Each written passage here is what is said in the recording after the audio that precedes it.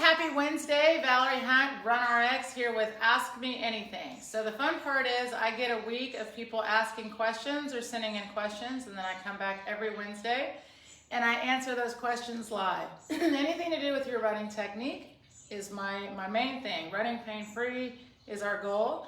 And so if you're just joining us or you've never, what is she talking about? I would really encourage you to start with, we've got a free, it's called Run RX Reboot on our YouTube channel, and it takes you through 30 days of skill, strength, and self-care for your run.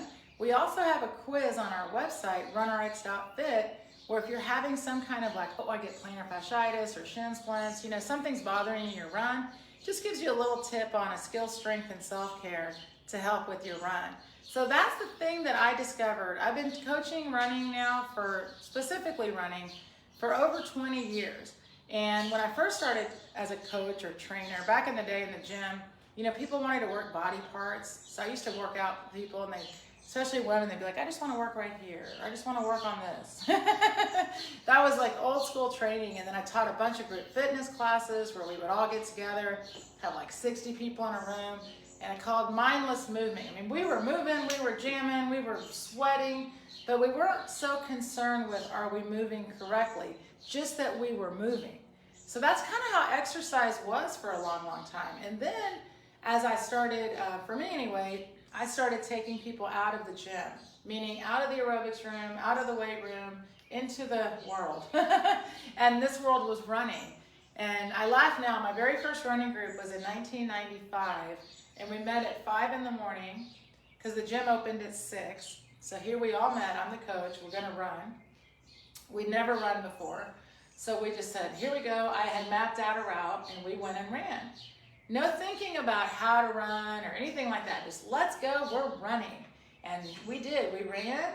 And then we got back to the gym, and then we did everything we normally did. We went inside, got right on the Stairmaster, 20 minutes, level 14. You know what I mean?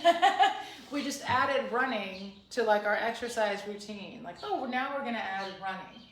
Well, then guess what? Here we had been, or I always tell people, I'd spent about 10 years by this point teaching aerobics, fitness classes, all this stuff, starting in high school. Well, all of a sudden people were getting these pains that we didn't have in the aerobics room. So shins and calves and oh my gosh, plantar fasciitis and whatnot. So I was like, okay, so I need to go get a certification because I have a cert and everything else. I taught, you name it, I taught it. And so when I first went looking, well, there wasn't one. People were like, you don't learn running, Valerie, you just run. You just get some running shoes. So I thought, oh, okay, well, that must be it. Because I was an aerobics teacher, so I was wearing aerobic shoes. So I was like, that's it. I'm wearing the wrong shoes. I mean, you think about how silly that sounds now, but at the time, right?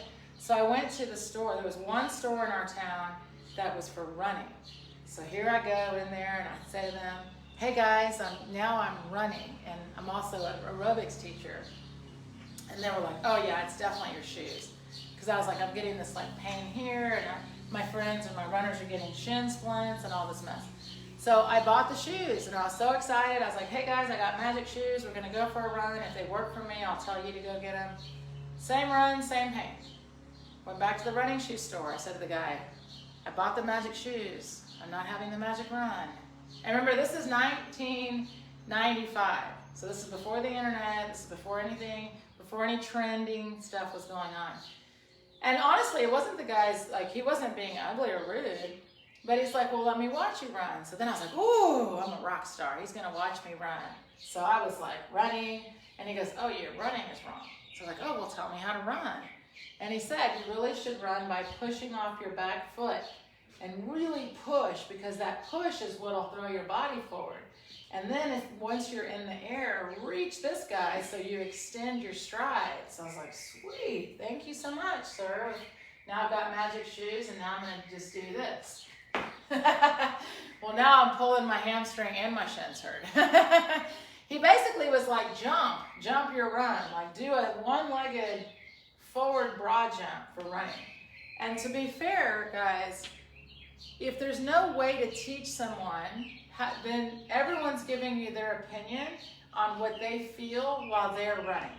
So this is a very interesting thing, because most runners that are really good at what they do, they have like what's called skill, natural skill and adaptation, meaning they have learned how to basically use their body weight in running to allow themselves to fall forward and pull their foot.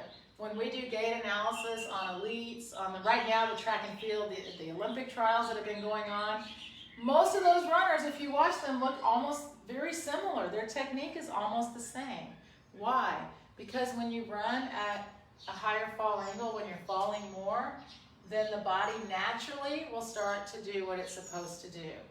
So what we see these like really big strides, right? We see this like, man, they look like they're flying in the air. The reality is they are, but it's not because that's what they're doing. The actual intent of a sprinter is to get their foot up off the track. As soon as that foot touches, boy, they're pulling it. They are pulling their feet, guys, really, really quickly. Their cadence is very high. There's no way they could be jumping and reaching and have high cadence.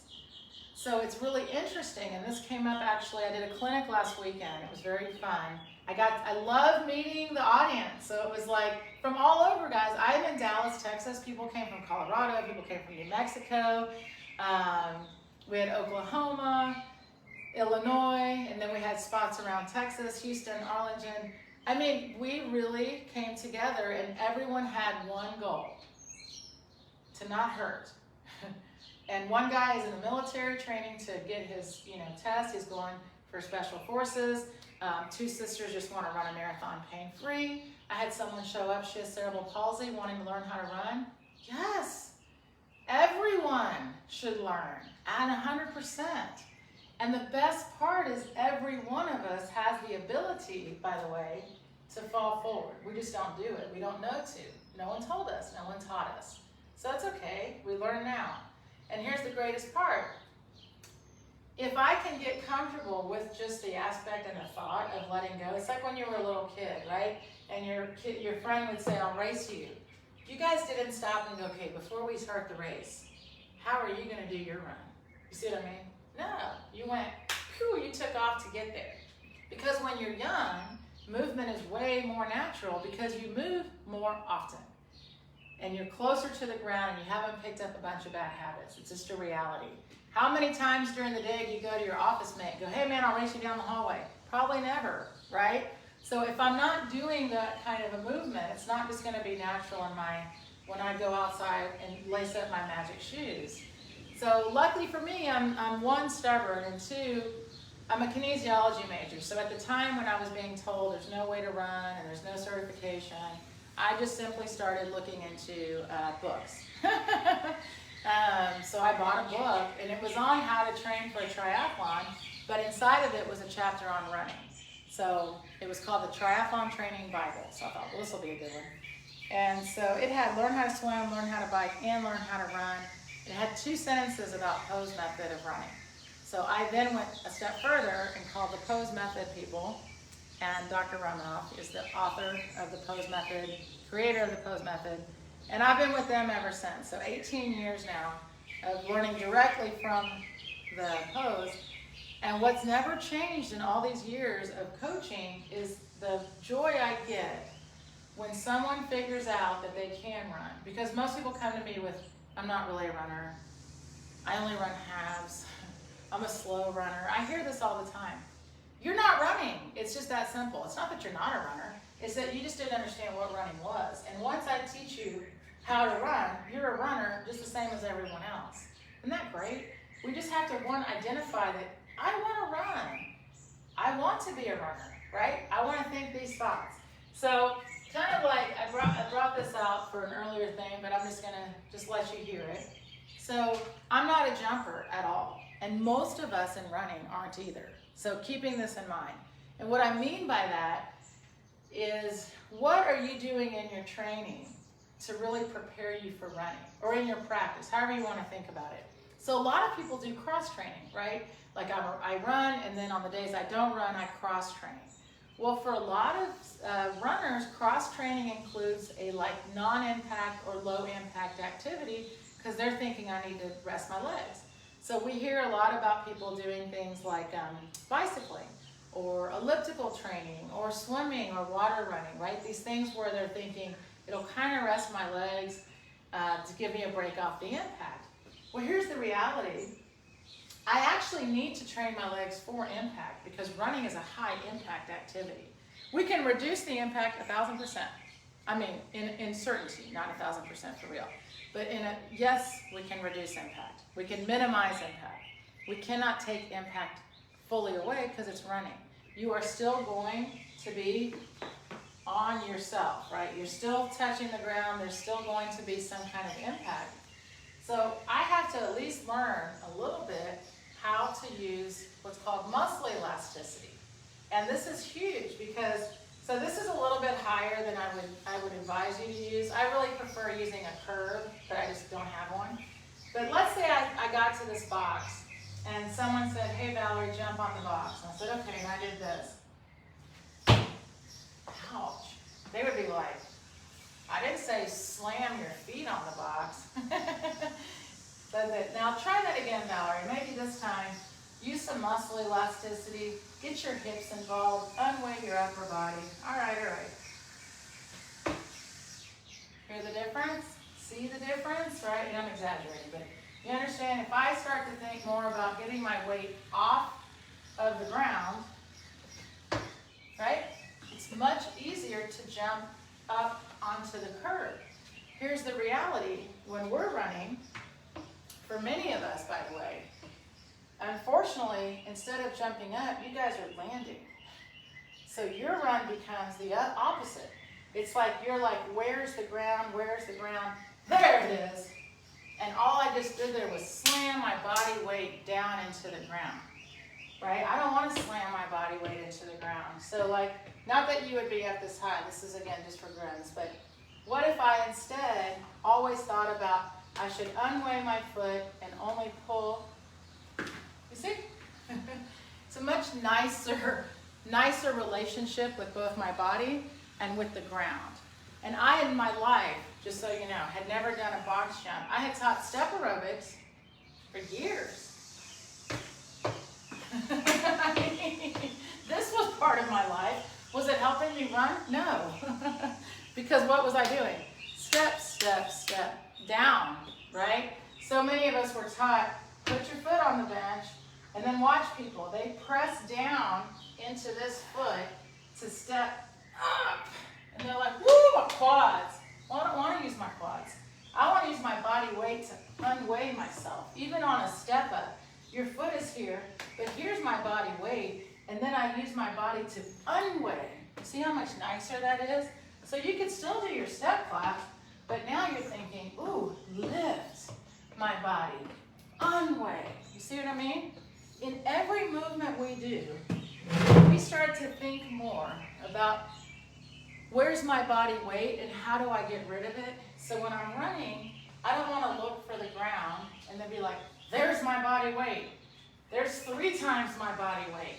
Instead, if I'm falling forward, I'm unweighting my foot. I pull 2% of my body weight. Isn't that cool? Using 10% active muscle contraction. What muscle? Hamstring. 10% though. So I'm actually only doing this. This is the amount of like work that I'm doing, but do you see a lot more movement? For sure, because all of my muscles are working, all 600 of them. It's how much effort I put in, right? The struggle in running, guys, is here. Holding ears, shoulders, hips. This line is the challenge. Your feet, if you really just fall forward, it's a little bitty pull. So we have to practice and we have to work on it, and I make all of my drills very exaggerated because that's how you learn. So we learn the running action, which is pulling. We learn that we pull to the running pose. But the reality is you got to understand here that yes, this is what I practice, but in real life, I simply need to simply break contact with the ground. So one of the things that I got asked this morning, hold on, somebody else just asked it. You can also ask a question while you are actually on right now. So here, someone just asked. I usually do 70 miles a week with 10,000 feet of elevation. And I've gone through a progression starting with sore hamstrings, sore calves, sore Achilles. Okay, so what would be my answer to you? My answer to you, my first answer is, it's like anything else. Can you start a brand new movement with too much volume? Yes, right? Sorry, I'm trying to read the rest of the question. I don't know why I can't. Okay, so the question he has, or she, sorry, I can't tell who asked it. I bike, let's see, what else do you do? I run, bike, ski about 70 miles a week, and I'm trying to incorporate some of your techniques, and I'm having muscle soreness. So then the first thing I say is, well, I just said it. If I'm experiencing muscle soreness, am I doing something wrong? So that's a great question. Let's talk about it. If I've never done this movement, and I just started brand new, would I just continue my same mileage that I've been running with this new movement that I just learned? Probably not. So this is important. Your body and your mind have to work together to develop what's called a neuromuscular pattern. So, sorry, someone's mowing. I'll speak closer and then I'll move away. If I'm like, oh, she said fall forward and pull your foot from the ground. I got a 10-miler scheduled this morning. Let me go try that. You go out for your run and you're like this. Then you're using 90% active muscle contraction. You see the difference? So like you have to, you have to understand. I may close my door in just a minute if they don't back away. But if you are sore in your muscles, then yes, it's you. Hold on.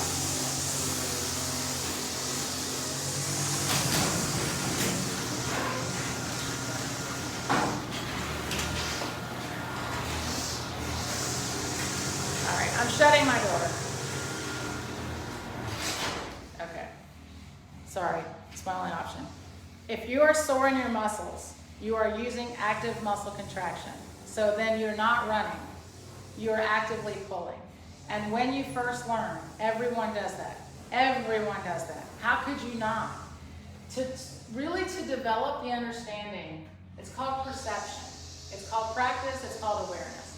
So how much time have you spent, first of all, practicing the running pose itself and the free fall? So the gait cycle itself is pose, fall, pull. Now here's something to keep in mind. Dr. Romanoff didn't invent running. Valerie didn't invent running. Pose method is not the invention of running. That's important to understand. Running is running. However, gravity, we all live in it. And it is the acceleration of movement. So like when we watch the track and field athletes, how do you think they're going as fast as they're going? First of all, why do they start on the blocks, right? All of that. Why? Because they're starting at a full fall. And then they spend the rest of the run trying to maintain that angle. Okay, it's also first sight. Like it's pretty to look at. But if I'm here, where's my body weight now? This way, it's well ahead of me. So as soon as that gun goes off, they're already face planting. They're having to pull their feet up to balance that fall. They're falling way more than they can sustain. Their whole run is trying to catch up to that. We as distance runners go the opposite way, where we start to run, we don't know about falling, we certainly don't think about it, and we think about putting our foot out. Well, then where's my shoulders? They're way back here. If I land ahead of my body weight, then I'm stuck on the ground. So you could be pulling, but if you're not falling, you are pulling and putting the foot down. That's going to be twice your body weight, because now I'm pushing my weight and then landing on top of it. Okay? So will my muscles respond to that? Yes. 99% of the people that come back and tell me their calves are sore, it's because you're trying to land on the ball of your foot. You hear me say that, right? Where's my body weight? On the ball of my foot. But if I run looking for the ground, so I'm like, okay, now I'll pull, now I'll pull, now I'll pull. So then you're running like this. You're running by landing. So you're putting weight down. If you put weight down, that stresses the calves, the Achilles, the quads, the knees, the hips, the back. Okay, landing itself is really challenging on your skeletal system. That's why if you start to think about what is running, and running itself is free falling. Running is falling. Pulling happens after the fall. So if my legs feel heavy, my muscles are sore and tired, then it's you doing too much effort. You're pulling, you haven't found the fall. So what's the answer? The answer is, well, one, depending on the person. So this is a really cool thing. So RunRx itself, skill, strength, self-care. It's a triangle. The strength and the self-care are simply to support the skill, right? There's a lot of runners out there, honestly, that don't do any strength training or minimal. And they're not the ones at the yoga class, and they're running just fine, right? Just keep this in mind. If you're hurting, like someone comes to me and like, my calves are hurting, then we need to look at your run and see where in the skill is the problem. And maybe because obviously your calf is hurting, we're gonna up the self-care to make sure we recover that calf.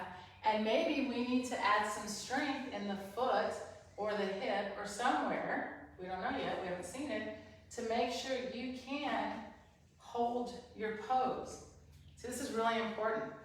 And then also, are you doing elasticity practice? Because in order for me to run really well, I need to develop some muscle elasticity. Now what's really cool is we all have the ability to both develop and use our muscle elasticity. So there's nobody that's like, oh, I don't have muscle elasticity. Yes, you do. You're born with it. It's called muscle tendon elasticity. Now, that maybe you haven't developed it. Maybe you haven't been using it. Like I said, I hadn't been doing jumping. I've been doing a lot of stepping and a lot of pushing and a lot of landing when I first started. So I had to go back and do hops. Once I learned how to do hops, hops are the foundation of our run. Do you know that? Hops, not jumping, even though jump for strength, hops. Right? Running is an impact sport. And there's going to be some vertical oscillation. Minimal, but there's going to be a little bit. So there's a rebound-like effect of pulling. So first I had to develop my understanding of hopping. Not jumping, but just unweighting the foot. Hopping. So that when I run and I fall, you see my foot rebounds off the ground, and I didn't jump. All of that elasticity that I'm using in this hopping, going up and down, will spring me this way. Watch. See where I went? I'm going the direction I want to go. With no reaching, with no active muscle, with a bunch of efforts. You have to remember the effort in running is holding this part upright. And it shouldn't be in breathing. Right? The effort isn't so much in the pulling part because your body weight's already gone forward. So if you're feeling a lot of muscular tension, then you are using too much muscles. That's unfortunate. I can't get the, well, maybe. Someone else had a question, but it's not letting me, boo. It's not letting me go back to the questions. I don't know why. All right, well, if someone else has a question, ask it. But that is really important. It's the same thing. Someone said, I have back pain. Okay, maybe, hold on. Sorry, guys. Recently, I started experiencing a problem with my back pain after running for 1 kilometer. And then the pain starts, and then it's fine, and then it hurts again. Okay, well, so back pain is going to be very similar to any other pain, unfortunately. So back pain is from this or from this. You're not holding ears, shoulders, hips in line. So even in walking, I have to have that same line. My knees are bent when I walk. You have both feet on the ground, so you're not falling. When you walk, you're still in a gravitational field though, so you still want to hold the line and pull your feet up from the ground. So when you walk, this is my line, and I pull my feet up from the ground. So think about it, if you walk by reaching, guess what you're doing? Anytime your foot goes out, there goes your shoulders, because it's a balance. This is balance for the body. Out of balance, so if you walk like this is you're doing your lower back. If I walk by pushing off my back foot, guess what? I'm now bending over. So you're either here or you're here. I call it the teeter-totter. We see it a lot when we first start with people in our running group. They're either like, I think I'm falling, or I think I'm falling. It's a misunderstanding. One, I think of just general posture. So remember when we were kids and someone would tell you to stand up tall or stand up straight, and everybody go like this, right? That's not standing up straight, that's pulling your shoulders back.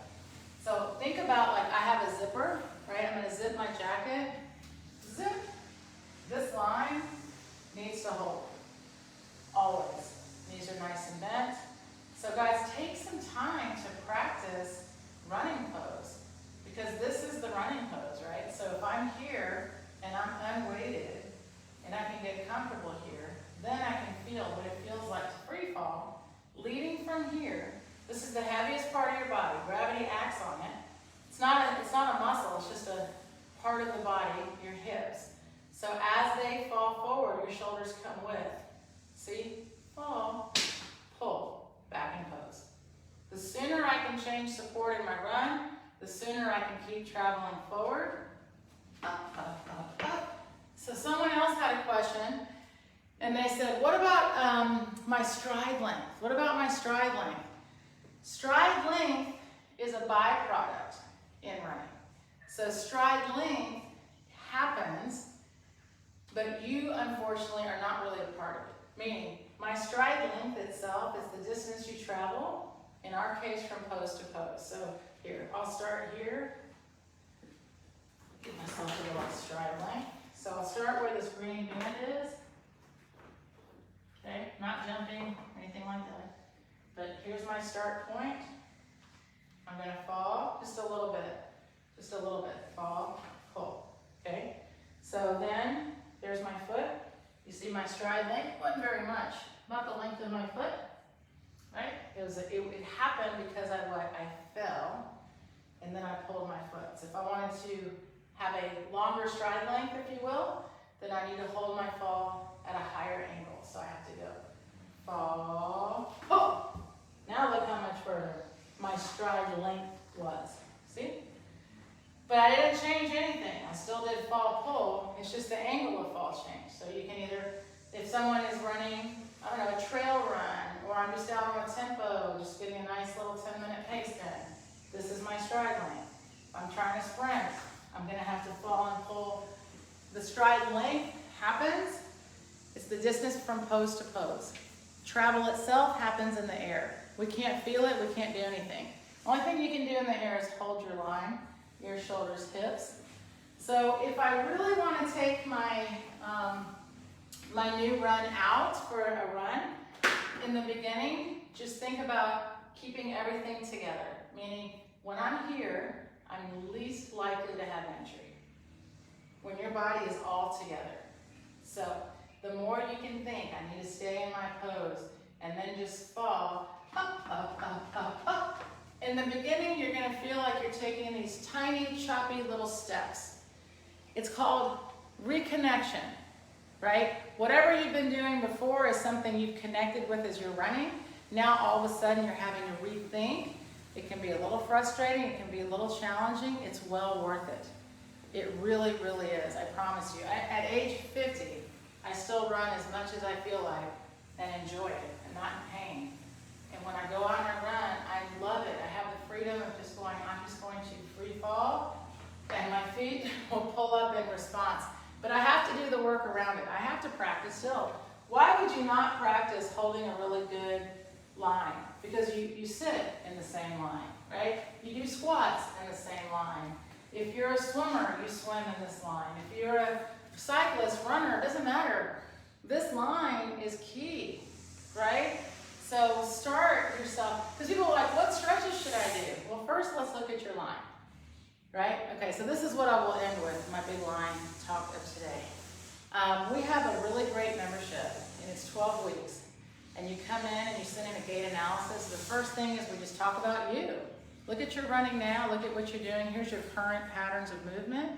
And then we take you through 12 weeks of helping you progress through your own pattern of movement, meaning let's get you in pose, let's teach you how to pull, let's make sure you're falling and you're feeling the fall.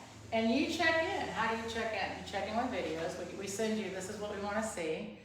You send it back to me. I look at it, I send it back to you. And also, we do Zooms, so I can see you and coach you on the spot. Because I'm telling you, it's awareness, right? I think I'm doing this. Are you though? Because if it's hurting, you're not. I mean, it's very clear. If I'm hurting, it's a wrong. So let's see where it's going wrong, right? If you don't want to come into the membership, that's okay. Use that 30-day reboot. And be serious about it, meaning I take you through the whole thing, the pose, the fall, the pull, how to pull. I mean, it takes you through all of it. So film yourself, take a picture of yourself. People are so surprised when they see themselves and they say to me, I had no idea I was doing that. Well, of course you didn't. You weren't doing that on purpose. It's called perception, it's called awareness, right? This woman, she's a competitive runner. And recently she started cycling. And she posted today, I had no idea that there was a technique to cycling and you had to get fitted to sit on a bike, right? But anyone that cycles is thinking, how are you cycling without having a good bike fit, right? Because if you cycle, you know that your bike should be set up to put you in the right position for cycling. Because if you're not in the right position for cycling, you could hurt your back, your neck, right? Feel really different things. So every movement has a correct pose, right? That's just the key. So in running, there's only one. Isn't that nice? And there's only one action. So I always thought, whoo, as a group fitness instructor, I only have to teach one move. But it's got to be right every time. Because it's average about 1,500 steps a mile. So the closer I can be to correct, the less I'm going to have issues in my run. That's the fun of it. And once you learn the basic gait cycle, standing in the pose, falling is you allow it. It's there for all of us. It's already happening. Falling is already happening. It's whether we choose to take part in it or we're going to work against it. So if you're working against gravity, you'll know, you'll feel pain. Those are the Shin splints. Shin splints, plantars, knees, backs, all of your joints and muscles are getting worked against when you hurt. When you start to work with your body weight, with your body, with gravity, all of a sudden you feel lighter, you feel like you're falling, you feel your feet are gonna feel so much lighter and better. And yeah, we give you stretches and all that good stuff, but I'm telling you, just even thinking about the movement changes the movement. So hopefully, if you actually wrote in questions, I'm trying to answer you specifically.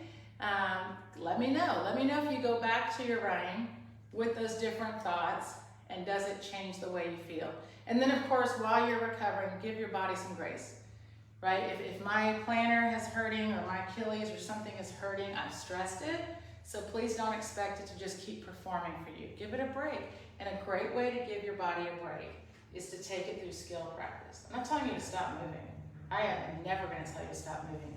But instead of going out for your regular run, how about spend 20 minutes setting up a drill space, your driveway even, in your garage, and working on hopping and unweighting and little pulls and the sensation of running. Let your body feel what that run is supposed to feel like. So the next time you go for a run, you're not having to think the whole run. It will feel like it should. So I highly recommend you guys go into that reboot, check it out. And then again, keep me updated, keep the questions coming. We'd love to see you at a clinic. Of course, we'd love to see you in the membership. And I'll see you next Wednesday for sure. Thank you guys.